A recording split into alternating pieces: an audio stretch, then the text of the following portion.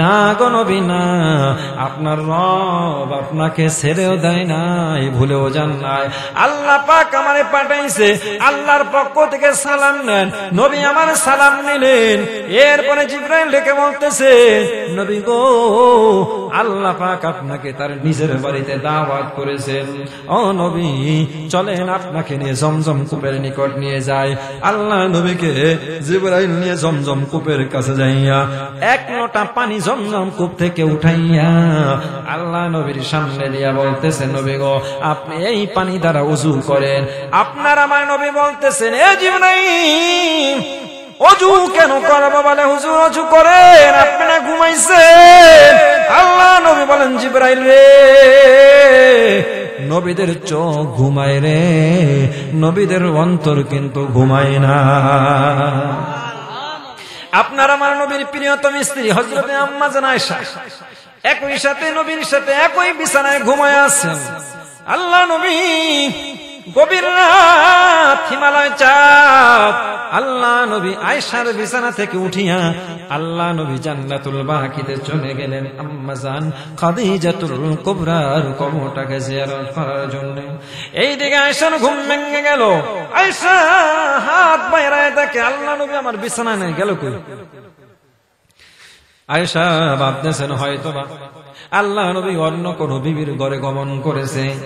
আবার তিনি আবার বলতেছেন, না না, আজকে তো আমার বিছানায় নবীজি ঘুমাইবে, আমার হক আজকে আদায় করবে।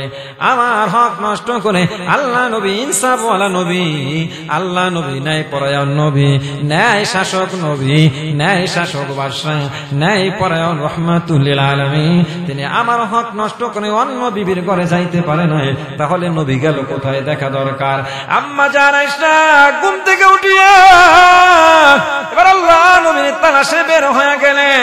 খুঁজতে খুঁজতে যাইয়া দেখে জান্নাতুল বাকির পাশে দাঁড়াইয়া আমার নবী মুনাজাত দিয়ে কাঁদতেছে আর বলতেছে, মালিক ও, আমার খাদিজা এই জান্নাতুল বাকিতে ঘুমায়। ও মালিক, আমার খাদিজার কবরে কিন্তু তুমি আযাব দিও না।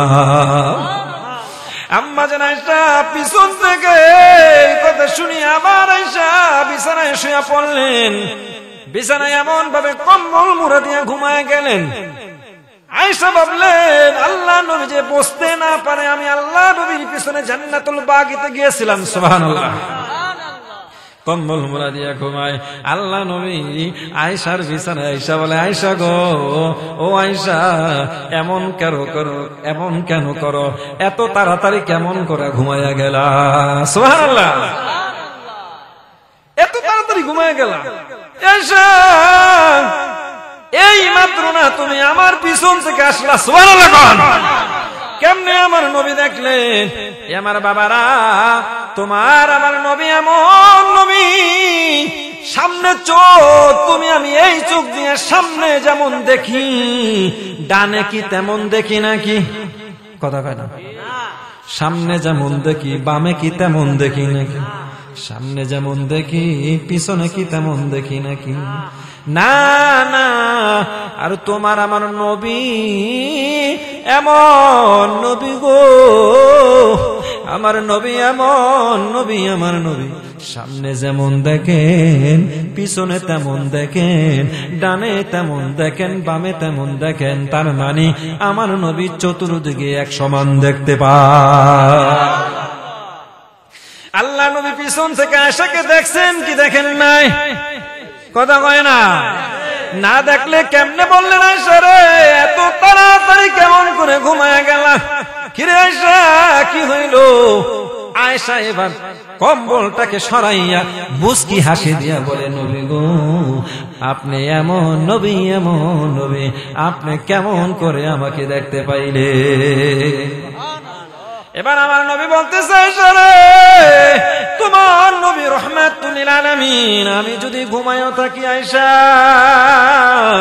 না ঘুমায় আমি যেমন দেখতে পাই, আমি এমন নবী ঘুমায়াও এক সমান দেখতে পাই। পুত পবিত্র মহান সত্তা তিনি, যিনি তার বান্দাকে লাইলাম লাইলাম রাতের কিছু সময়, রাতের অল্প সময় মসজিদুল হারাম থেকে মসজিদুল আকসা, মসজিদুল আকসা থেকে প্রথম আসমান, দ্বিতীয় আসমান, তৃতীয় আসমান, চতুর্থ আসমান, পঞ্চম আসমান, ষষ্ঠ আসমান, সপ্তম আসমান ভেদ করে সিদরাতুল মুনতাহা পেরিয়ে বিরাট বড় মাঠ পেরিয়ে একেবারে আরশে আজিমের সিঁড়ির গোড়ায় যায় হাজির হয়ে গেছে। কতটুকুন পথ? লাইলাম, রাতের কিছু সময়, অল্প সময়, রাতের অল্প সময়। এই রাতের অল্প সময় বাংলার এক প্রান্ত থেকে আর এক প্রান্তে যাওয়া যায় না, অথচ আল্লাহ পাক তার পেয়ারা নবীকে লাইলাম, রাতের কিছু সময়, পুরা একটা রাত না, এই অল্প সময়ের মধ্যে আল্লাহ পাক এই বিশাল দূরত্বের রাস্তা পেরিয়ে আবার ওই রাতের মধ্যেই আল্লাহ তাআলার সাথে কথা বলে জান্নাত জাহান্নাম দেখে আবার তিনি মক্কা নগরীতে এসে হাজির হয়ে গেছে। এখন তো চিন্তার বিষয় যে এই এত বিশাল পথ কিভাবে গেলেন আল্লাহর নবী। এইটা নিয়ে অনেক অবিশ্বাসীরা অবিশ্বাস করেছিল যে এটা কি সম্ভব। আল্লাহর নবী যখন মেরাজ করে আয়েশা এশারে নামাজ পড়ে আল্লাহর নবী শুয়ে আছেন উম্মে হানির ঘরে মতান্তরে কাবার হাতিমে, তো জিবরাইল আলাইহিস সালাম নিয়ে গেছেন মেরাজ করে আয়েশা, রাতের মধ্য অংশ হয়তো নিছেন। মেরাজ করে আয়েশা আল্লাহর নবী সাল্লাল্লাহু আলাইহি সাল্লাম আবার মসজিদে হারামে আয়েশা ফজরের নামাজ ইমামতি কইরা নামাজ আদায় করছেন। আর একটু জোরে কোন ভাই, এটা কি চারটিখানি কথা? কেমনে হইল, কি করে সম্ভব? যখন আল্লাহর নবী এই মেরাজের ঘটনা যখন বর্ণনা করতেছিলেন ফজরের নামাজের পরে, কাফের বেঈমানেরা শুইনা মাথায় হাত দিয়া বইসা পড়ছে।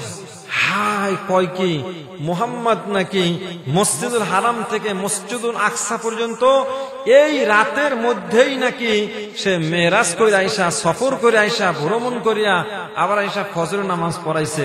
এটা কি সম্ভব? বাহ, কি সুন্দর কথা। আমার নবী বলতেছে, কুরাইশের লোকেরা শোনো, আমি শুধু রাতের কিছু অংশে মসজিদুল হারাম থেকে মসজিদুল আকসা পর্যন্ত ভ্রমণ করি নাই, আমি মসজিদুল আকসা থেকে প্রথম আসমান থেকে দ্বিতীয় আসমান, দ্বিতীয় আসমান থেকে তৃতীয় আসমান, তৃতীয় আসমান থেকে চতুর্থ আসমান, চতুর্থ আসমান থেকে পঞ্চম, পঞ্চম থেকে ষষ্ঠ, ষষ্ঠ থেকে সপ্তম, একেবারে সিদরাতুল মুনতাহা পেরিয়ে আমি আল্লাহ তাআলার আরশে আজিম পর্যন্ত যাইয়া জান্নাত জাহান্নাম দেখি আবার মক্কা নগরীতে হাজির হয়ে গেছি। বাহ, সুন্দর কথা। আগে ভাবছিলাম মোহাম্মদ একটু পাগল, এখন দেখি পুরা পাগল। জোরে কর নাউজুবিল্লাহ। ওরা বিশ্বাস করে না। এরে আমার ভাইয়েরা,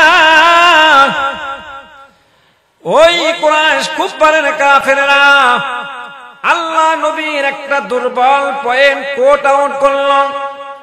আল্লাহ নবীর কাছে আয়েশা বলতেছে, মুহাম্মদ তুমি বলতেছো রাতের কিছু সময় মসজিদুল হারাম থেকে মসজিদুল আকসা গেছো, তাহলে বলো দেখি বাইতুল মুকাদ্দাসের কয়টা দরজা, কয়টা জানালা?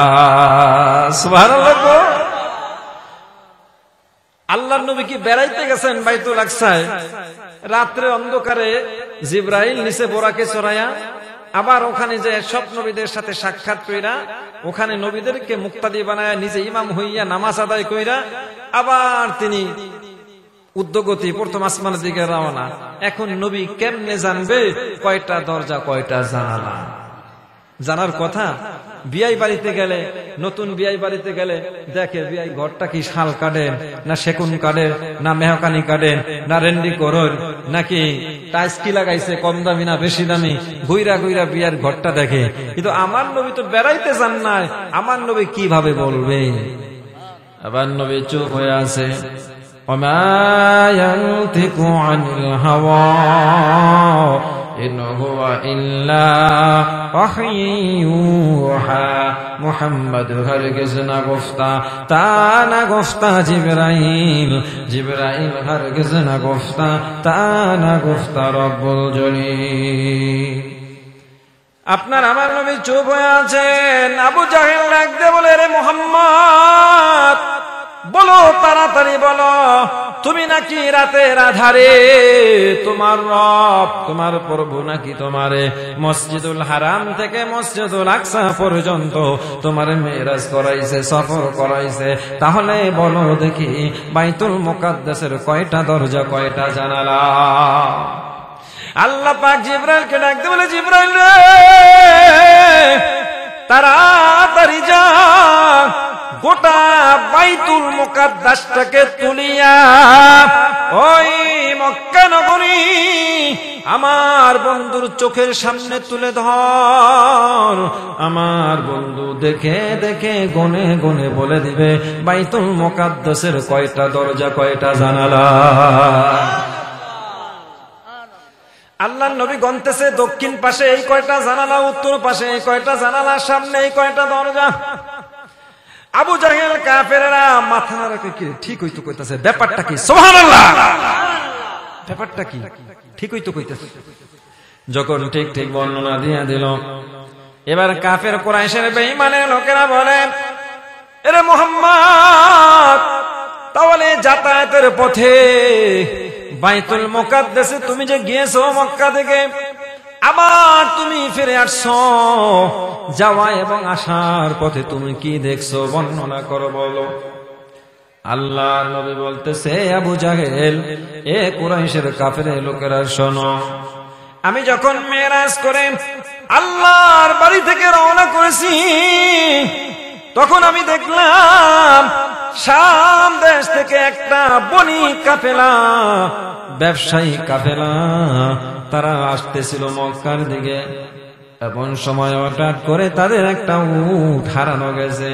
তারা উটটাকে অনেক খোঁজাখুঁজি করার পর তারা উটটা পায়া গেছে।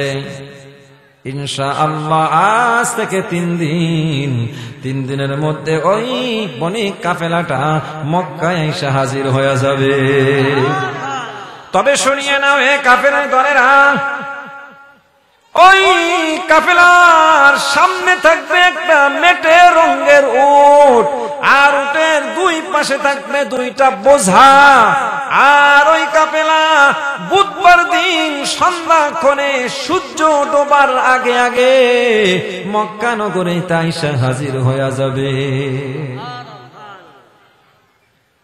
আজকে 1 দিন পার হয়ে গেল, 2 দিন পার হয়ে গেল, 3 দিন পার হয়ে যাইতেছে, দুপুর হয়ে গেছে, বিকাল হয়ে গেছে, সূর্য ডুবে ডুবে ডুববে, সূর্য ডুবে যাইবে, কিন্তু বনি কাফেলা আসতেছে না। ওই মক্কার কুরাইশ কাফের বেঈমানেরা মনে মনে ভাবে, হাত তালি দেয়, আনন্দ করে, আর বলে, মুহাম্মদ রে জীবনে কত ধোঁকা দিয়েছোস, আজকে যদি ওই কাফেলা ফিরে না আসে তাহলে বুঝবো যে তুই বানায়া বানায়া নিজের থেকে কথা বলো। জোরে কর নাউজুবিল্লাহ। আমার বাবার ভাইরা, আল্লাহ নবী বিশ্ব নবী রহমাতুল লিল আলামিন সন্ধান করে আল্লাহ তাআলার কাছে হাত উঠায়া মুনাজাত দিয়ে বলতেছে, প্রভু গো, সূর্য ডুবে যাবে, আমি 3 দিন ঘোষণা দিয়েছিলাম, বুধবার বেলা ডোবার আগে, সূর্য ডোবার আগে ওই শাম দেশ থেকে বনি কাফেলা মক্কা দেশে আইসা হাজির। সূর্য ডুইবা যাবে, যদি ডুইবা যায় আর ওই কাফেলা ফিরে না আসে, তোমার পয়গম্বর মিথ্যা হয়ে যাবে। ও মালিক, আমি এখন কি করব? আল্লাহ পাক আমার নবীকে সান্ত্বনা দিয়ে বলতেছে, ও নবী, আপনি অস্থির হয়েন না, চিন্তিত হয়েন না, আমি আল্লাহ আপনাকে মেরাজ করাইছি। আপনি যে বিশ্ব নবী, আমি আপনার মুজিজা দুনিয়ার মানুষের সামনে, বেঈমানদের সামনে, অবাধ্যকারীদের সামনে আমি তুলে ধরব। ও নবী, আপনি চিন্তা করেন না, যতক্ষণ পর্যন্ত শাম দেশ থেকে ওই বনি কাফেরা মক্কায় ফিরে না আসবে, ততক্ষণ পর্যন্ত আকাশের সূর্য আমি আকাশেই রেখে দিব। নারে তাকবীর! এ আমার ভাইরা বাবারা, কাফের বেঈমানেরা মেরাজকে নিয়ে এত কটাক্ষ করলো, এত মন্তব্য করলো, আমার নবীকে পাগল বললো। ওইদিকে আবু জাহেল দৌড়ায় যায় আবু বকরের কাছে যাইয়া বলতেছে, আবু বকর রে, তুমি খবর জানো নি? বলে কি খবর? কয় মুহাম্মদ পাগল হয়ে গেছে। নাউজুবিল্লাহ। কয় কি হয়েছে? কয় মুহাম্মদ বলতেছে এই রাত্রের কিছু সময়ের মধ্যে নাকি সে মসজিদুল হারাম থেকে মসজিদুল আকসা হইয়া প্রথম আসমান 7টা আসমান পাড়ি দিয়া সিদরাতুল মুনতাহায় যায়া ওই আল্লাহর সাথে দেখা কইরা জান্নাত জাহান্নাম দেখে আবার নাকি আসছে। আবু বকর ডাক দিয়ে বলে, আবু জাহেল, আমার নবী বলছেনি? বলে হ্যাঁ, মুহাম্মদ এখন বলতেছে তুমি আমার সাথে চলো। ওই যে এখনো বৈশা বৈশা বলতেছে। আবু বকর ডাক দিয়ে বলে, আবু জাহেল, আমার নবী যদি বইলা থাকে, আমার নবী জীবনে কোনোদিন মিথ্যা কথা বলে নাই। আমার নবী যদি বইলা থাকে, আমি না শুনেই বিশ্বাস করে নিলাম আমার নবী সত্য কথা বলেছে। আল্লাহ নবীর মেরাজ নিয়ে বেঈমানেরা দুনিয়ায় যুগে যুগে নাস্তিকেরা কত মন্তব্য করলো, আপনারা জবাব দিয়ে দিবেন। যদি বলে এই বৈজ্ঞানিকের যুগে যদি কেউ বলে যে এই তারকা, এই গ্যালাক্সি, এই সূর্য এত তাপমাত্রা ভেদ করে মুহাম্মদ একজন হাড় মাংস রক্ত জড়িত মানুষ, কিভাবে 17 আসমান পাড়ি দিয়ে আরশে মুআল্লায় গেল, তাহলে উদাহরণ দিয়ে বুঝাবার জন্য, তাদের জবাব দেওয়ার জন্য আপনারা এখান থেকে জবাব শিখে যান। একটা মোমবাতির আগুন কিংবা কুপি ল্যাম্পের আগুন, ল্যাম্প জ্বালায় না গ্রামের মানুষে, এখন তো বিদ্যুৎ পাইছেন, তো এই মোমবাতির আগুন ল্যাম্পের আগুনের উপর দিয়া এই আঙ্গুলটা বার যদি দৌড়াদৌড়ি করেন, নাড়াচাড়া করেন, আগুনের উপর দিয়ে আনা নেওয়া সম্ভব কি সম্ভব না? জোরে বলেন। এমনকি চুলার আগুনের উপর দিয়ে হাত বারবার আনা নেওয়া করা সম্ভব কি সম্ভব না?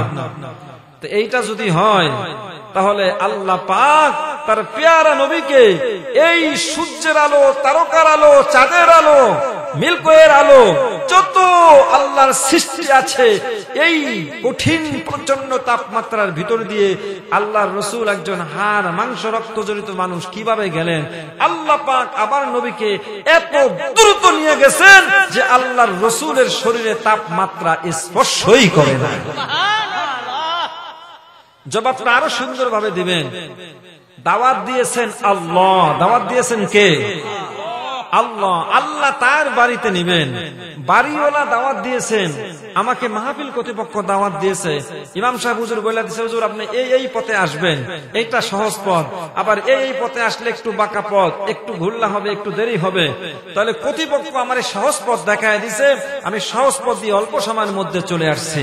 দাওয়াত দিয়েছেন আল্লাহ।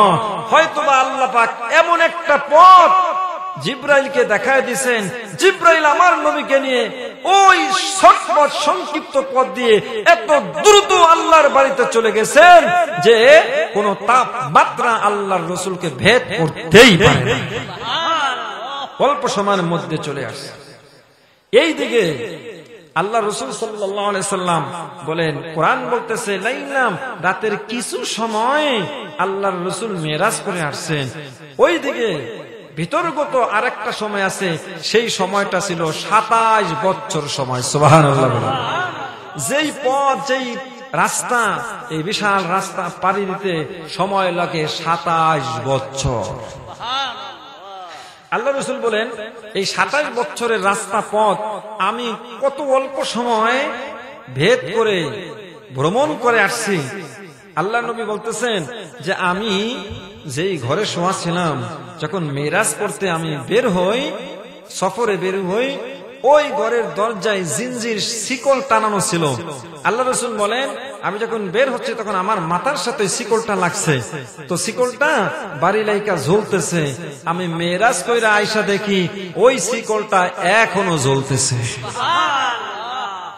তো শিকলটা কি 27 বছর ঝোলে নাকি? কথা কন না কেন? 1 মিনিট, 1 ঘন্টা, 2 ঘন্টা? শুধু কি তাই? আল্লাহর নবী বলেন, আমি যেখানে বৈশা ওযু করছি, উঁচু জায়গার থেকে নিচু জায়গায় পানি যাবে গড়ায়া। আমি মেরাজ করে আইসা দেখি এখনো ওযুর পানি উপর থেকে টপকায়া গড়ায়া গড়ায় এখনো পড়তেছে। আর একটু জোরে বলেন বাবা।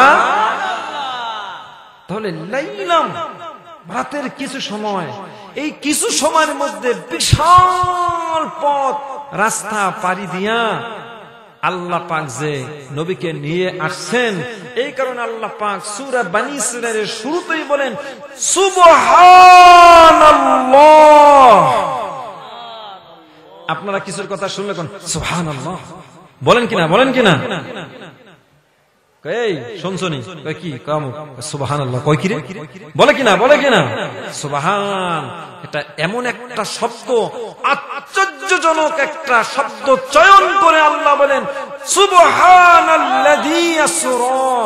এই ঘটনাটা, মেরাজের ঘটনাটা এত আশ্চর্যজনক যে আল্লাহ পাক সুবহান শব্দ ব্যবহার করেছেন। এ কাফের বেঈমানেরা, অস্বীকারীরা, নাস্তিকেরা, তোমরা যে এই বিশাল পথের সফরকে অল্প সময় আমি করাইছি, এইটা শুই না তোমরা, আমি জানি তোমরা অবাধ্যতা করবা, অস্বীকার করবা, নাফরমানি করবা। এই কারণে আমি আল্লাহ পাক সুবহান শব্দ দিয়ে 2টা জিনিস বোঝাইছি। একটা হলো আশ্চর্যজনক, আর একটা হচ্ছে তোমরা যত মন্তব্য করবা সকল মন্তব্য থেকে ওই মহান সত্তা পুত পবিত্র। জোরে বলুন সুবহানাল্লাহ। এ আমার ভাইরা বাবারা, এক বেঈমান মেরাজের ঘটনাকে অস্বীকার করে বাজারে গেছে, বাজার থেকে মাছ খরিদ করে মাছ আইনা, ঘটনাটা একটু ইখতিলাফ থাকতে পারে রাওয়ায়াতে, তে মাছ বাজার থেকে কিনা আইনা বিবিরে দিয়া পাকঘরে বিবির কাছে দিয়া বলতেছে, বিবি এই মাছ কোড়ো, মাছ কাটো, ভালোভাবে রান্না করো, ভুনা করো, মজা করে খামু, আমি গোসল করে আসি। লুঙ্গি একটা কান্দে লইয়া নদীতে গেছে গোসল করতে। ওইদিকে বাজারে আল্লাহ রাসূলের মেরাজের কথা শুই না সে বাজে মন্তব্য করছে, অস্বীকার করছে। মুহাম্মাদের কথা, মুহাম্মদ একটা মানুষ, বাপ নাই, মা নাই, এতিম, বাড়ি নাই, ঘর নাই, আর একটা কথা, এর কথায় তোমরা পাগল হয়ে গেছো। তো ওর কথা বাদ দাও, জোরে কোন নাউজুবিল্লাহ। এটা কি করে সম্ভব? এই মেরাজের ঘটনাকে অস্বীকার করে মাছ খরিদ করে বাড়িতে আইসা রান্না করে বিবির কাছে দিয়া বলতেছে, বিবি মাছ কোটো, রান্না করো, ভুনা করো, আমি গোসল করে আইসা মজা করে খামু। আল্লাহ কত জম্মের খাওয়ান খাওয়া মুরা। নদীতে গেছে গোসল করতে, নদীর পারে লুঙ্গি রাইখা দিছে ডুব, ডুব দিয়া উইটা দেখে লেডিস হয়ে গেছে। সুবহানাল্লাহ কোন? কি হয়ে গেছে? আসিল কি জন্ডিস, পুরুষ, এটা লেডিস হয়ে গেছে। এখন উইটা দেখে হায় হায়, লেডিস হইলে তো ঘটনাকৃতি সম্পূর্ণ ব্যতিক্রম, ঠিক না? এখন নিজেকে খুব লজ্জিত মনে করতেছে। সে তাড়াতাড়ি ওই যে কি করবো, তাড়াতাড়ি নিজের গুঠে করে। এমন সময় এক নওজওয়ান যুবক আসতেছে, আইসা দেখেছে তরুণী, তন্নি, সুন্দরী, রূপসী, নিজেকে গুঠায়া খুব সংকুচিত করে বসে আছে। ভাবছে মেয়েটা অসহায়, মেয়েটা কোনো বিপদে পড়ছে। পাশে দাঁড়ায়া অন্যদিকে মুখ ফেরা বলতেছে, কি হে যুবতী, রূপসী, তোমার কি অবস্থা, কোনো সমস্যা নাকি? যুবতী কোনো কথা কয় না, ভাবে মেয়েটা বিপদগ্রস্ত। যুবক ধৈর্য নিয়ে বিয়া কইরা ঘর সংসার শুরু করে দিচ্ছে। 1টা 2টা 3টা 4টা 5টা 6টা 7টা ছেলে 7টা মেয়ে, মোট কয়টা? অঙ্কে কাঁচা হইলে চলবো না, ভালো করে কইতে হইব। 7টা ছেলে 7টা মেয়ে, মোট কয়টা? আরো জোরে কোন? 14টা ছেলের 14টা মেয়ের মা হইয়া এবার আবার মহিলা মানুষ কাপড় কাঁধে করে নদীতে গোসল করতে আসছে। নদীর পারে কাপড় রাইখা নদীতে যখন ডুব দিয়েছে, ডুব দিয়া ওইটা দেখে ওই যে আগে জন্ডিস ছিল বেটায় আবার আগের মতো জন্ডিস হয়ে গেছে। এ জোরে বলেন আল্লাহ পাক পুরুষকে নারী বানাইতে পারেন কি পারেন না? আবার নারীকে আল্লাহ পুরুষ বানাইতে পারেন কি পারেন না? আমার আল্লাহ যেই আল্লাহ রাতটাকে দিন বানান, দিনটাকে রাত বানান। তাকায় দেখো না, এই যে কয়েক ঘন্টা আগে তাম দুনিয়া ছিল আলো আলোকিত, আহারে সেই আলো কোথায় গেল? রাতের অন্ধকার চলে আসলো। ও দুনিয়ার মানুষেরা, তোমরা সমস্ত ক্ষমতা একাত্রিত করিয়া, সব ক্ষমতাশীলরা একাত্রিত হইয়া তোমরা কি পারবানি রাতের অন্ধকার দূর করতে? আবার ইচ্ছা করলে তোমরা পারবানি দিনের আলো দূর করে রাতের আধার নিয়ে আসতে পারবানি? না না, আল্লাহ পাক বলেন দুনিয়ার মানুষেরা রে, সুবহানাল্লাযী আসরা বিআবদিহি লাইলাম মিনাল মাসজিদিল হারাম ইলাল মাসজিদিল আকসা। আল্লাহ বলে দুনিয়ার মানুষ, তোমরা জানিয়ে তোমরা মন্তব্য করো, অবাধ্য করো, তোমরা জানিয়ে আমি আল্লাহকে দোষারোপ করো। শোনো, আমি আল্লাহ ওই সব দোষ থেকে পবিত্র মহান সত্তা আল্লাহ পাক ওই নারীটাকে আবার আগের মতো পুরুষ বানায় দিয়েছে। এবার যখন পুরুষ হয়ে গেল, ওইটা দেখে ওই যে লুঙ্গিটা এখনো পারে পইরা আছে, তাড়াতাড়ি লুঙ্গিটাকে গায়ের মধ্যে দিয়ে শরীরটাকে মুইসা এবার চিন্তা করতেছে, আমার বিবি কি এখন আসেনি? ছেলে মেয়েরা কি এখন আসেনি? বাড়িঘর সব পরিবর্তন হয়ে গেছে, কেউ কি আমাকে চিনবনি? আমি 7টা ছেলের মা, 7টা ছেলের বাবা হইয়া আমি আবার নিজের বাড়িতে যাচ্ছি, কেউ আমার চিনবেনি এই আশঙ্কা করিয়া তিনি আস্তে আস্তে পা হাঁটি হাঁটি করে নিজের বাড়ির দিকে রওনা। যাইয়া দেখে সব ঠিকঠাক আছে, কোনো পরিবর্তন হয় নাই, কোনো পরিবর্তন হয় নাই। রান্না করে উকি মাইরা দেখে নিজের বিবি এখনো বৈশা বৈশা মাছ কাটাকুটা করতেছে। এ আমার ভাইরা বাবারা, উকি মাইরা কয়, কিরে বিবি, হায় হায় এখন তোর মাছ কুড়া হয় নাই, অথচ আমি 7টা পোলার মা, 7টা মাইয়ার মা হয়ে আসলাম, তুই এখনো মাছ করস? আল্লাহু আকবার। ওই যে সুবহানাল্লাযী আসরা বিআবদিহি লাইলাম মিনাল মাসজিদিল হারাম ইলাল মাসজিদিল আকসা, আল্লাহ বলে সুবহানাল্লাহ সুবহানাল্লাহ। এইটা কারো শানে মানাই না। আমি আল্লাহ পাক এমন একটা ঘটনা বর্ণনা করতে যাইয়া আল্লাহ পাক সুবহান শব্দ ব্যবহার করে বলে, দুনিয়ার মানুষেরা রে, এই মেরাজের ঘটনাটা এত আশ্চর্য, এত আশ্চর্য, আমি আল্লাহ পাকে আশ্চর্যতা বোঝানোর জন্য শুরুতেই সুবহান ব্যবহার করেছি। এই আমার ভাইরা বাবারা, স্ত্রী তাকাইয়া বড় বড় লাডুবের মতো চোখ, আরে আরে বলে, তুমি আইসো করতো না, ফাইজদামি করতে জায়গা পাও না। এ গ্রামের মানুষেরা, তোমরা কে কই আছো? তাড়াতাড়ি বাইরাও, আমার জামাইরে ভূতে ধরছে। কে কোথায় আছো? তাড়াতাড়ি, আমার জামাইরে ভূতে ধরছে। এই তুই কস কি, তোর মাথা খারাপ হয়েছে? তোমার মাথা খারাপ হয়েছে, স্বামী স্ত্রী আমাদের গ্রামে এমন মারামারি কিলাকিলি লাগে কি লাগে না? কথা কয় না, কথা কয় না। আপনাকে এই সুজন দলে মা বোনরা অনেক ভালো, বাবারাও ভালো, কোন মারামারি কাটাকারি নাই, সুন্দর সুখ শান্তিতে বসবাস করতেছেন। আমগো ওই অঞ্চলের কথা কই, হারে আল্লাহ, রাস্তা দিয়ে যাওয়া ধরলে শোনা যায় ঘরের ভিতর আওয়াজ, এ গোলাম, এ গোলাম, এ গোলামের ঘরে গোলাম। কথা কয় না, কথা কয় না। আহারে মা, এই আমার বাবারা হাসির খোরাক দিচ্ছে না, একটু খেয়াল করুন, কানটা খাড়া করুন। পর্দার মা, মহিলা ভাবতেছে স্বামীরে হয়তো বা নদীর পার থেকে কোনো ভূত প্রেতে আসর করেছে, না হলে কয়টা কি হয়, 7টা পোলার মা, 7টা পোলার বা 7টা পোলার মা, 7টা মাইয়ার মা হইয়া নাকি এত বছর ঘর সংসার কইরা আসছে, কয় কি এই মাত্র আমারে মাছ দিয়া গেল, আর এখন কি বলতেছে নিশ্চয় এর ভূতে ধরছে। রাগারাগি কইরা লাভ নাই, মানুষের ঘরে ঘরে দুয়ারে দুয়ারে যাইয়া মানুষদেরকে নাইকা নাইকা বলতেছে ভূতে ধরছে, তাড়াতাড়ি কিলায় কিলায় ভূত ছাড়াও। সুবহানাল্লাহ। কই না রে বিবি না, আমারে ভূতে ধরে না, আমারে প্রেতে ধরে নাই, আমারে কোনো কিছু তো আসল করে নাই। বলে আসল কথা কি? বলে আসল আবার কি? সত্যি করে বলছি হে বিবি শোনো, আমি যখন গোসল করতে গেলাম, আমি যখন ডুব দিলাম, ওইটা দেখি আমি একজন নারী হয়ে গেছি। আমাকে একটা নওজোয়ান যুবক আমাকে ধইরা নিয়ে বিবাহ কইরা আমার সাথে ঘর সংসার করছে। আমি 7টা মাইয়া জন্ম দিছি, পেটে ধারণ করছি, 7টা পোলা পেটে ধারণ কইরা। এ বিবি, আবার যখন আমি নদীতে গোসল করতে আসছি, আমি ডুব দিয়া ওইটা দেখি আগের মতন পুরুষ হয়ে গেছি।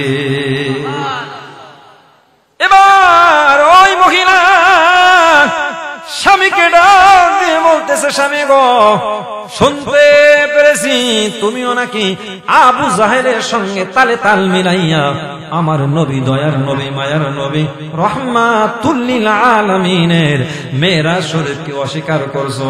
সত্যি করে বলো রে স্বামী, এই অল্প সময় মাত্র বাজার থেকে মাছ আইনা আমাকে তুমি দিয়া আমি করতে করতে তুমি যদি 7টা পোলার মা, 7টা মাইয়ার মা হইতে পারো, তাহলে আমার আল্লাহ কেন তার দয়ার নবী, মায়ার নবীকে রাতের অল্প সময় মেরাজ করে আবার মক্কায় পৌঁছায় দিতে পারে কিনা? এ স্বামী, বুঝতে পেরেছি তুমি নাফরমানি করেছো। আল্লাহ পাক এটা তোমাকে দিয়ে দেখাইছে যে আল্লাহ পাক রাতের অল্প সময় তার বিশ্ব নবীকে তার নিজের বাড়িতে দাওয়াত দিয়ে নিয়ে মেহমানদারি করায়া জান্নাত জাহান্নাম দেখায়া আবার মক্কা ফিরাইয়া দিতে পারে কি পারে না? আমার ভাইয়েরা, সেই মেরাজের চাঁদ, সেই মেরাজের মাস, বড় দামি মাস। আল্লাহ নবী, বিশ্ব নবী মুহাম্মদুর রাসূলুল্লাহ সাল্লাল্লাহু আলাইহি ওয়াসাল্লামের প্রাণপ্রিয় স্ত্রী হযরতে খাদিজাতুল কুবরা রাদিয়াল্লাহু তাআলা ইন্তেকাল করলেন।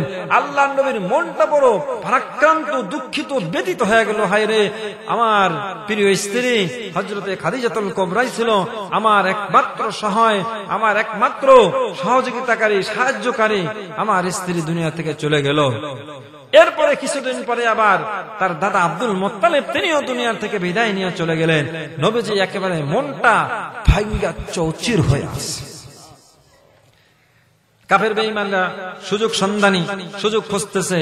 আল্লাহ পাক বলেন, ওয়ারাফা'না লাকা যিকরাক, হে নবী, না না, আমি আপনাকে ছেড়েও দেই নাই, ভুলেও যাই নাই। জোরে কোন সুবহানাল্লাহ। এবার আল্লাহ পাক দেখতেছেন তার পেয়ারা নবীজির মনটা বড় খারাপ, খুব ব্যথিত, দুঃখিত। সান্ত্বনা দেওয়ার জন্য জিবরাইলকে ডাক দিয়ে বলেন, এ জিবরাইল, তাড়াতাড়ি যা, জলদি করে যা, মক্কা নগরীতে যাইয়া আমার বন্ধু কাবার হাতিমে ঘুমায়, উম্মে হানির ঘরে ঘুমায়। তাড়াতাড়ি যাও, আমার বন্ধুর কাছে যাইয়া আমার বন্ধুকে আমার সালাম দিবা, আমার বন্ধুকে আমার সালাম দিয়া জানায়া দাও, বন্ধু গো, আল্লাহ পাক রব্বুল আলামিন তার নিজ বাড়িতে আপনাকে দাওয়াত করেছে। জিবরাইল আয়েশা দেখে আল্লাহ নবী কাবার হাতিমে মতান্তরে উম্মে হানির ঘরে ঘুমায়। জিবরাইল চিন্তা করিয়া উপায় না পাইয়া তিনি চিন্তা করতেছে, আমি কি করব? আল্লাহ নবী ঘুমায়, আল্লাহ নবীকে কেমন করে ঘুম থেকে জাগাবো? আল্লাহ নবীকে যদি ঘুম থেকে জাগাই, আল্লাহ নবী মনে কষ্ট পাবে, না জানি কোন গজব আইসা যায়। চিন্তা করিয়া উপায় না পাইয়া তার নরম তুলার মতো জিহ্বাটা আল্লাহ নবীর কদম মোবারকে চাটতে শুরু করলো। আল্লাহ নবীর ঘুম ভেঙে গেল। আল্লাহ নবী চোখ দিয়ে তাকাইয়া দেখেন রুহুল আমিন ফেরেশতা, রুহুল কুদুস ফেরেশতা, এত বড় জিবরাইল, তার জিহ্বাটা নরম নরম তুলার মতো জিহ্বা দিয়া আল্লাহ নবীর কদম মোবারকের তলায় চাটা শুরু করছে। আল্লাহ নবী ডাক দিয়ে বলতেছে, রুহুল আমিন ফেরেশতা হইয়া, রুহুল কুদুস ফেরেশতা হইয়া, এ জিবরাইল, তুমি কেমন করে তোমার দামি জিহ্বাটা আমার পায়ের মধ্যে লাগাইয়া দিলা? জিবরাইল ডাকতে বলে, নবী গো, আমি রুহুল আমিন হতে পারি গো, রুহুল কুদুস হতে পারি গো, কিন্তু নবী গো, আপনার কদম মোবারকের সামনে আমি জিবরাইলের কোনো মূল্যই নাই। এ আমার ভাইরা, কত বড় জিবরাইল! এই জিবরাইল লক্ষ লক্ষ কোটি কোটি কোটি ফেরেশতা আমার আল্লাহ দুনিয়ায় সৃষ্টি করিয়া ছেড়ে দিয়েছেন। জানেন, দুনিয়ার সৃষ্টি থেকে এই পর্যন্ত আসমান থেকে আমার আল্লাহ যত বৃষ্টির ফোঁটা নাজিল করেছে, প্রত্যেকটা বৃষ্টির ফোঁটার সাথে সাথে আমার আল্লাহ জমিনের মধ্যে একটা করে রহমতের ফেরেশতা পাঠাইছে। চিন্তা করে দেখছেন, দুনিয়ার শুরু থেকে এই পর্যন্ত দুনিয়াতে কত কোটি কোটি কোটি বৃষ্টির ফোঁটা নাজিল হয়েছে। আল্লাহু আকবার! এমন কোন পরিসংখ্যক গণনাকারী মেশিন পৃথিবীতে জন্ম হয়েছে না, না, প্রত্যেকটা বৃষ্টির ফোঁটার সাথে একটা করে রহমতের ফেরেশতা আল্লাহ দুনিয়ায় পাঠাইছে। আল্লাহ নবী বলতেছেন, দুনিয়ার মানুষেরা রে, আল্লাহ পাক রব্বুল আলামিন এক একটা বৃষ্টির ফোঁটার সাথে একটা করে রহমতের ফেরেশতা দুনিয়ায় পাঠাইছেন। ওই ফেরেশতারা কিয়ামত পর্যন্ত দ্বিতীয়বার আবার বৃষ্টির ফোঁটা নিয়ে আসার সুযোগ পাবে না। আল্লাহু আকবার! একটু জিকির করি, সুবহানাল্লাহ, আলহামদুলিল্লাহ,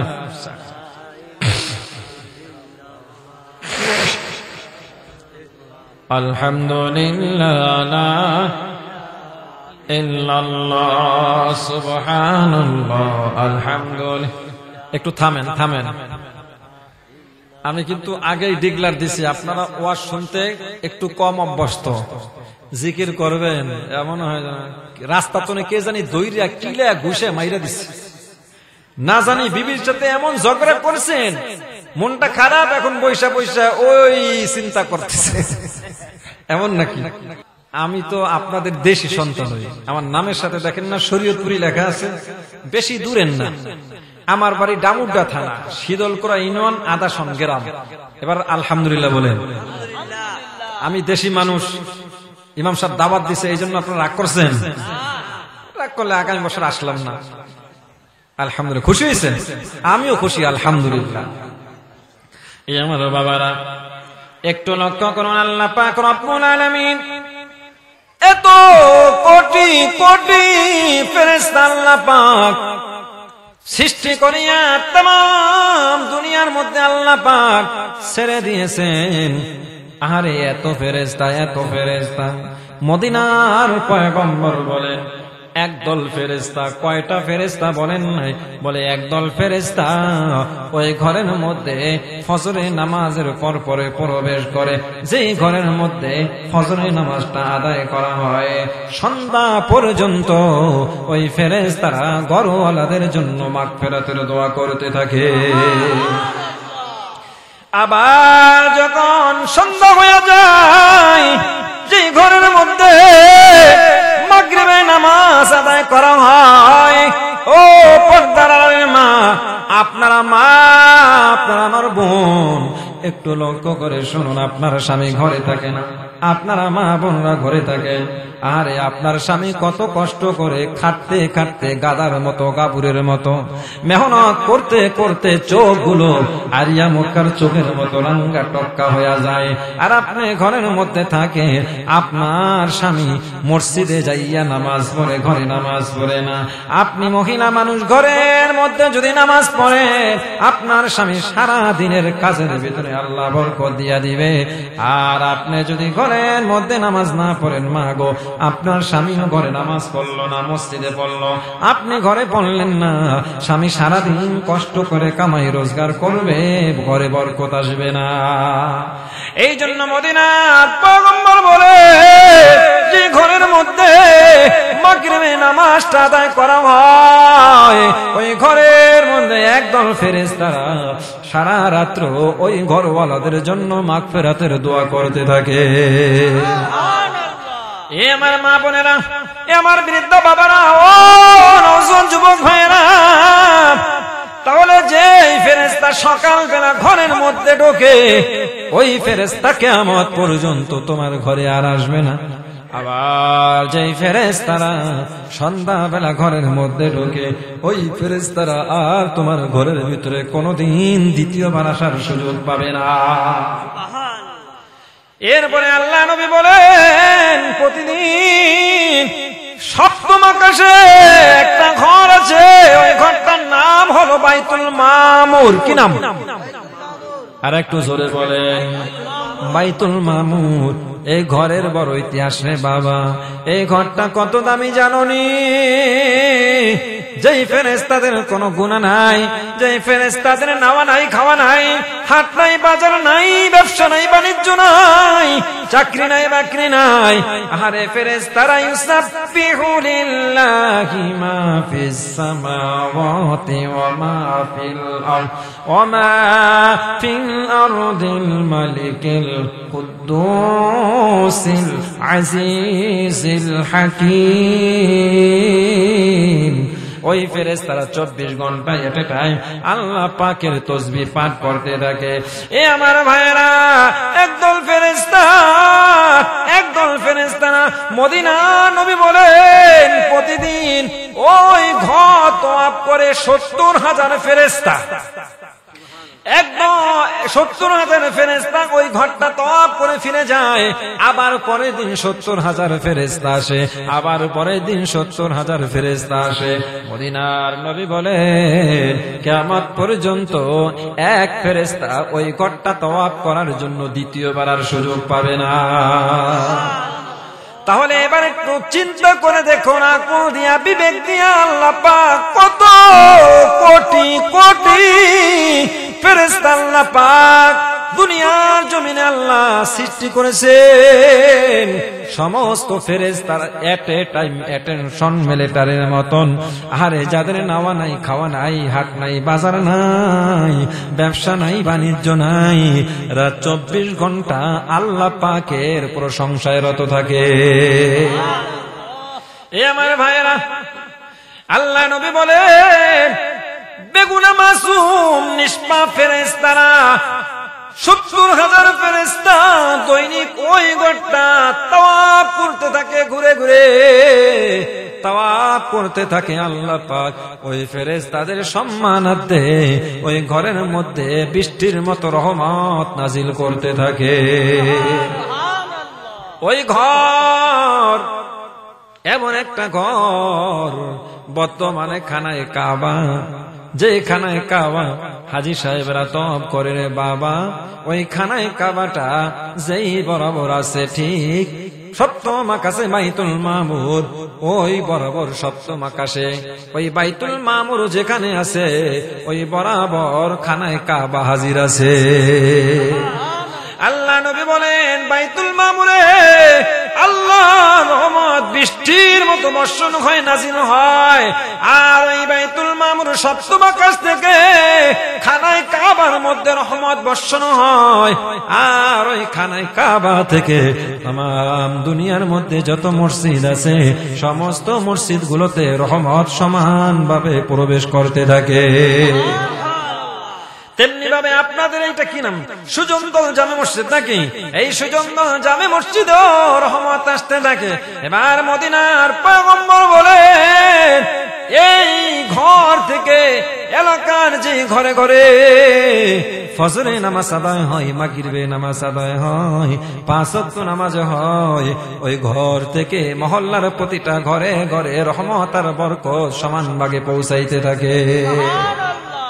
এই আমার ভাইরা বলার উদ্দেশ্য ছিল তাহলে দুনিয়ার সৃষ্টি থেকে এই পর্যন্ত কত ফোঁটা বৃষ্টি দুনিয়াতে নাজিল হইছে, প্রত্যেক ফোঁটার সাথে একটা করে রহমতের ফেরেশতা দুনিয়ার জমিনে আসছে। কিয়ামত পর্যন্ত কত বৃষ্টি হবে, এত ফেরেশতা দুনিয়ার জমিনে আগমন করবে। প্রতিদিন ফেরেশতারা বাইতুল মামুর তওয়াফ করতেছে। কিয়ামত পর্যন্ত প্রতিদিন 70,000 করে হিসাব করে দেখুন। এই আমার ভাইরা, আপনার ঘরের মধ্যে একদল ফেরেশতা কিয়ামত পর্যন্ত ঢুকতে থাকবে। সব মিলায় হিসাব করে দেখো, কোন ক্যালকুলেটর, কোন পরিসংখ্যক গণনাকারী মেশিনে কুলাবে না, ঠিক কিনা বলেন? এই আমার ভাইয়েরা, এত কোটি কোটি কোটি অসংখ্য ফেরেশতা আল্লাহ পাক দুনিয়াতে সৃষ্টি করেছেন। এই সমস্ত ফেরেশতাদের সরদার, তার নাম হলো রুহুল আমিন, রুহুল কুদুস জিবরাইল ফেরেশতা। সুবহানাল্লাহ।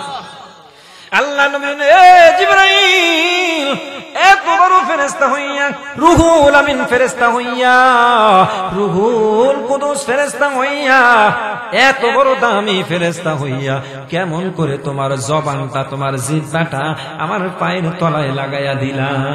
জিবরাইল ডাক দিলেন, নবী গো, এতদিন তো ছিলাম শুধুই জিবরাইল, আপনার কদমে চুমা খাইয়া হইয়া গেলাম জান্নাতের মেহমান।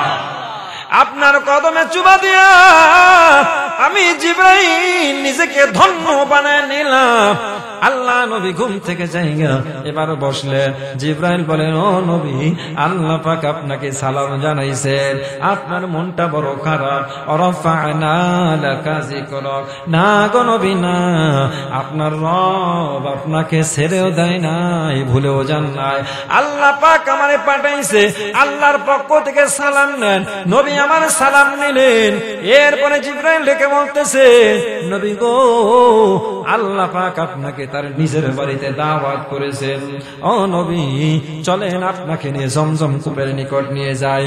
আল্লাহ নবীকে জিবরাইল নিয়ে জমজম কূপের কাছে যাইয়া এক লোটা পানি জমজম কূপ থেকে উঠাইয়া আল্লাহ নবীর সামনে দিয়া বলতেছে, নবী গো, আপনি এই পানি দ্বারা ওযু করেন। আপনার আমার নবী বলতেছেন, এ জিবরাইল, অজু কেন করবো? বলে, হুজুর অজু করেন, আপনি না ঘুমাইছেন।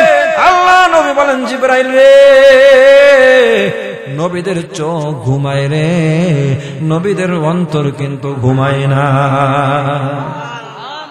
আপনার আমার নবীর প্রিয়তম স্ত্রী হযরত আম্মা জান আয়েশা একই সাথে নবীর সাথে একই বিছানায় ঘুমায় আছেন। আল্লাহ নবী গভীর রাত, হিমালয় চাঁদ, আল্লাহ নবী আয়েশার বিছানা থেকে উঠিয়া আল্লাহ নবী জান্নাতুল বাকিতে চলে গেলেন আম্মা জান খাদিজাতুল কুবরার কবরটাকে জিয়ারত করার জন্য। এইদিকে আয়েশার ঘুম ভেঙে গেল। আয়েশা হাত বাইরায় দেখে, আল্লাহ নবী আমার বিছানায় নেই, গেল কই? আয়েশা ভাবতেছেন হয়তো বা আল্লাহ নবী অন্য কোন বিবির ঘরে গমন করেছে। আবার তিনি আবার বলতেছেন, না না, আজকে তো আমার বিছানায় নবীজি ঘুমাইবে, আমার হক আজকে আদায় করবে। আমার হক নষ্ট করে আল্লাহ নবী ইনসাফওয়ালা নবী, আল্লাহ নবী ন্যায় পরায়ণ নবী, ন্যায় শাসক নবী, ন্যায় শাসক বাদশা, ন্যায় পরায়ণ রহমাতুল লিল আলামিন, তিনি আমার হক নষ্ট করে অন্য বিবির ঘরে যাইতে পারে নাই। তাহলে নবী গেল কোথায় দেখা দরকার। আম্মা জান আয়েশা ঘুম থেকে উঠিয়া এবার আল্লাহ নবীর তালাশে বের হয়ে গেলেন। খুঁজতে খুঁজতে যাইয়া দেখে জান্নাতুল বাকির পাশে দাঁড়াইয়া আমার নবী মুনাজাত দিয়ে কাঁদতেছে আর বলতেছে, মালিক ও, আমার খাদিজা এই জান্নাতুল বাকিতে ঘুমায়। ও মালিক, আমার খাদিজার কবরে কিন্তু তুমি আযাব দিও না। আম্মা জান আয়েশা পিছন থেকে কথা শুনি আবার আয়েশা বিছানায় শুয়ে পড়লেন। বিছানায় এমন ভাবে কম্বল মুড়া দিয়ে ঘুমায় গেলেন। আয়েশা ভাবলেন, আল্লাহ নবী যে বসতে না পারে, আমি আল্লাহ নবীর পিছনে জান্নাতুল বাকিতে গিয়েছিলাম। সুবহানাল্লাহ। কম্বল মুড়া দিয়া ঘুমায় আল্লাহ নবী আয়েশার বিছানায়। আয়েশা বলে, আয়েশা গো, ও আয়েশা, এমন কেন করো, এমন কেন করো, এত তাড়াতাড়ি কেমন করে ঘুমাইয়া গেলা? সুবহানাল্লাহ। এত তাড়াতাড়ি ঘুমাইয়া গেলা? আয়েশা এই মাত্র না তুমি আমার পিছন থেকে আসলা, সুবহানাল্লাহ। কেমনে আমার নবী দেখলেন? আমার বাবারা, তোমার আমার নবী এমন নবী, সামনে চোখ, তুমি আমি এই চোখ দিয়ে সামনে যেমন দেখি, ডানে কি তেমন দেখি নাকি? কথা কয় না? সামনে যেমন দেখি, বামে কি তেমন দেখি নাকি? সামনে যেমন দেখি, পিছনে কি তেমন দেখি নাকি? না না, আর তোমার আমার নবী এমন নবী গো, আমার নবী এমন নবী, আমার নবী সামনে যেমন দেখেন, পিছনে তেমন দেখেন, ডানে তেমন দেখেন, বামে তেমন দেখেন। তার মানে আমার নবী চতুর্দিকে এক সমান দেখতে পায়। আল্লাহ নবী পিছন থেকে আয়েশাকে দেখছেন কি দেখেন নাই?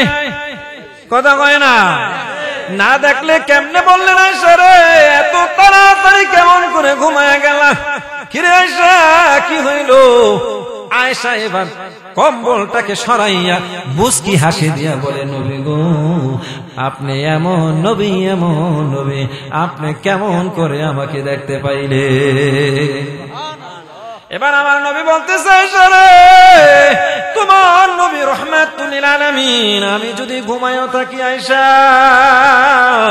না ঘুমায় আমি যেমন দেখতে পাই, আমি এমন নবী ঘুমায়াও এক সমান দেখতে পাই। না এ আমার ভাইরা বাবারা, আল্লাহ নবী রাহমাতুল লিল আলামিন বলতেছে, এ জিবরাইল, আমি কেন ওযু করব? আমার তো ঘুম পাক, আমার নিদ্রা পাক। এ জিবরাইল, এমন কি আমার পায়খানাও পাক, আমার প্রস্রাবও পাক। জোরে বলেন সুবহানাল্লাহ। এ জিবরাইল, আমার ঘুম পাক, আমার নিদ্রা পাক, আমার পায়খানা পাক, আমার প্রস্রাব পাক। আরেকবার সুবহানাল্লাহ বলুন। আমার নবী এমন নবী গো, এই বয়ানগুলো আমরা করি না, এই কারণে এই বয়ানগুলো শুনলে মাজার পূজারী, পীর পূজারী, ঢোল পূজারীরা এই কথাগুলোকে পুঁজি কইরা শুধু এই কথাগুলোই বলে, নামাজ নাই, রোজা নাই, আর কয় টুনটুনা টুনটুন। কথা কোন ঠিক কিনা? নামাজ পড়ে না, রোজা রাখে না, এই কথাগুলোকে কয় মৌলবীরা। আমার নবীর নাম নাই, আমার নবী কি সাধারণ নবী? এ বাবা, আউটসাইড বিতর্ক দিকে যাব না, বলতেছিলাম আমার নবী এমন নবী গো, আমার নবী যখন পায়খানা করতে বসতেন, আম্মা জান আয়েশা বলেন, আল্লাহ নবী টয়লেটে যাবেন, বাথরুম করবেন, আমার থেকে এক লোটা পানি চাইলেন, আমি এক লোটা পানি দিলাম।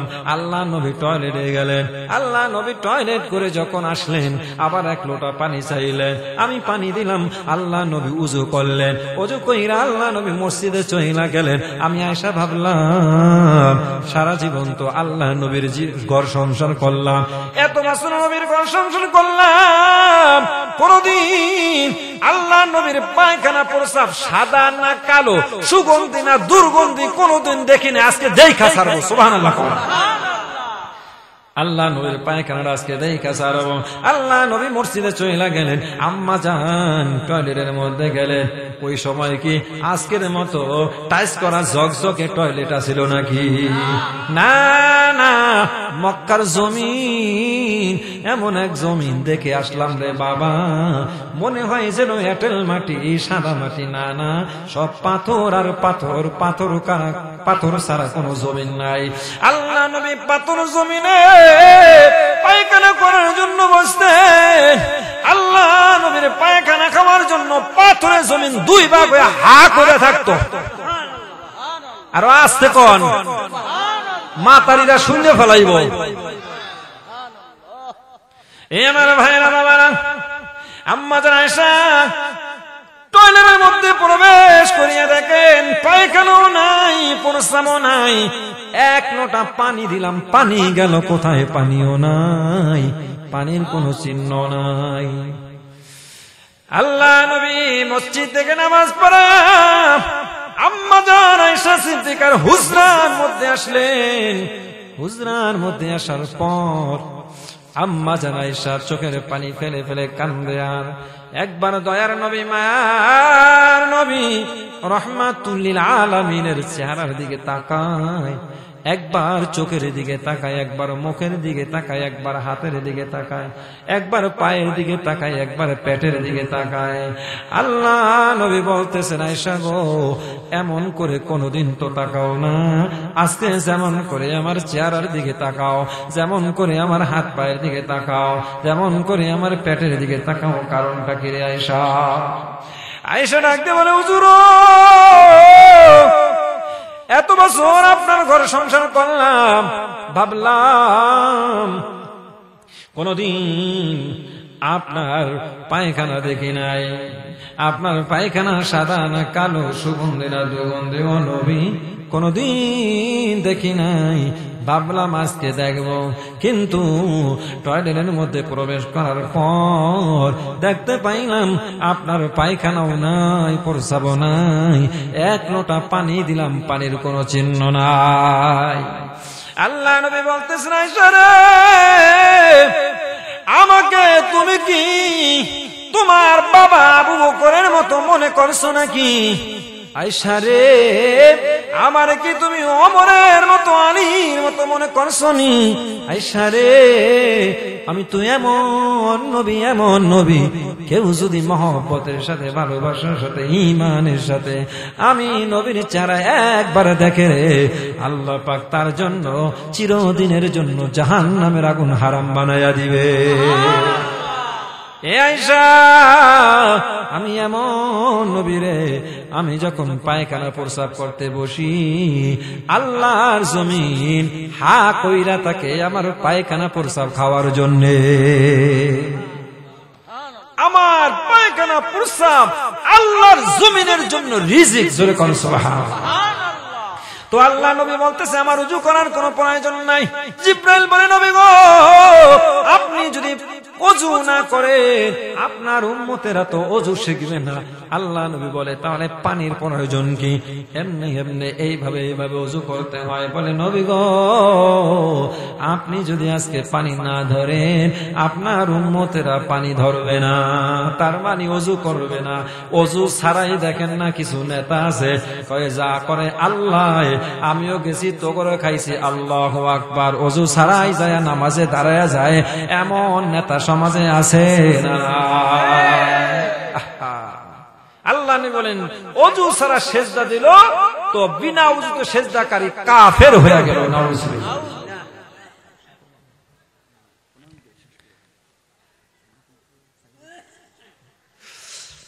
আমার ভাবারা, সংক্ষিপ্ত সময় খুব কম, প্রধান মেহমান তো আছে, সময় কম, আর এত স্বল্প সময় আমি ওয়াজ করতে না, আমার ওয়াজ করতে একটু বেশি সময় লাগে। আমার ভাবারা, ভাইয়েরা, সংক্ষিপ্ত করে বলতেছি, আল্লাহ নবী ওযু করলেন। ওযু করার পর হযরত জিবরাইল ডাক দেন, নবী গো, আপনি আল্লাহর বাড়িতে বেড়াইতে যাবেন, দুনিয়ার সাধারণ পোশাক নিয়ে আল্লাহর বাড়িতে গেলে মানাইবে না। আপনার মেয়েরা শরীরের পোশাক মোবারক জান্নাতের মধ্যে রয়েছে। ও নবী, আপনি অপেক্ষা করেন, আমি জান্নাতের মধ্যে যাইয়া আপনার মেয়েরা শরীরের পোশাক মোবারক নিয়ে আসি। জিবরাইল আল্লাহ নবীর পোশাক মোবারক আনার জন্য জান্নাতের মধ্যে চলে গেলেন। জান্নাতের মধ্যে যাইয়া তিনি দেখতে পাইলেন, একটা না দুইটা না, হাজার হাজার রহমতের ফেরেশতারা আল্লাহ নবীর মেয়েরা শরীরের পোশাক মোবারক একটা টেবিলের মধ্যে রাইকা ঘুইরা ঘুইরা তওয়াফ করে আর বলে, সালাতুন ইয়া রাসূলুল্লাহ আলাইকুম, সালামুন ইয়া হাবিবাল্লাহ আলাইকুম। ঘুইরা ঘুইরা আল্লাহ নবীর মেয়েরা শরীরের পোশাক মোবারক তওয়াফ করতেছে। হঠাৎ করে জিবরাইল মাঝখান দিয়ে ঢুইকা আল্লাহ নবীর মেয়েরা শরীরের পোশাক মোবারক আনার জন্য যখন হাত বাড়াইয়া দিলেন, হাত যাই হোক জিবরাইল পাখা বাড়াইয়া দিলেন। এমন সময় সমস্ত ফেরেশতারা চিৎকার করতেছেন, সুরগুল করতেছেন, হইচই করতেছেন, হে জিবরাইল, তুমি তুমি রুহুল আমিন ফেরেশতা হতে পারো, রুহুল কুদুস ফেরেশতা হতে পারো গো। আমরা লক্ষ লক্ষ লক্ষ বছর ধরে আল্লাহ নবীর মেরাজ শরীফের পোশাক মোবারক ঘুরে ঘুরে তওয়াফ করতেছি। আল্লাহ নবীর মেরাজ শরীফের পোশাক মোবারক আমাদের মাঝখান থেকে নিয়ে আমাদেরকে আল্লাহ নবীর স্পর্শ থেকে, আল্লাহ নবীর সোহবত থেকে আমাদেরকে মাহরুম করিও না, আমাদেরকে বঞ্চিত করিও না। জিবরাইল ডাক দিয়ে বলতেছে, ফেরেশতারা থামো থামো, এইটা হলো জান্নাত। জান্নাত হইচই করার জায়গা না, চিল্লা ফাল্লা করার জায়গা না। লা ইয়াসমাউনা ফিহা লাগওয়ান ওয়ালা তাসিমা। এই জান্নাতে কোনোদিন চিল্লা চিল্লি শুনবা না, ইল্লা কিলান সালামান সালামা। জান্নাত শুধু শান্তি আর শান্তি আর শান্তি, এখানে অশান্তির কোনো লেশ মাত্রা নাই। এ ফেরেশতারা থামো থামো, হতাশ হইও না, ধৈর্যহারা হইও না।